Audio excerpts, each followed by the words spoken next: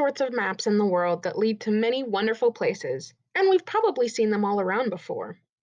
There are maps that show how to get around the zoo, maps that show the paths to cities, and even maps that show the entire world.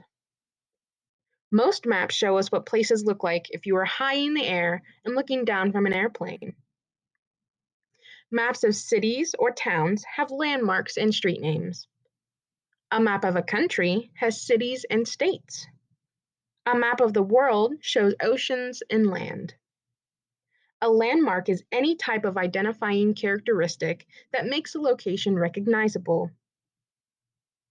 Using clues from this landmark, do you think you can know where this picture was taken?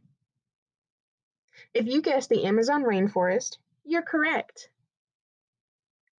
To use a map, first we must remember our directions. North is the direction of the North Pole. South is the direction of the South Pole. East is in the direction of where the sun rises, and west is where the sun sets. Maps may have a compass with the directions to let us know which way is north. Using these directions, you can place streets or landmarks in the correct position to give the viewer a good idea of what the world looks like around them. Let's start with making a map of your bedroom. Is your bedroom small or big? Is it in a square or a rectangle? Think about where your bed is compared to your door of your room or your dresser. Is there a nightlight next to your bed? A light switch next to the door? We place furniture in the room where they make the most sense, so your map should show why that makes sense.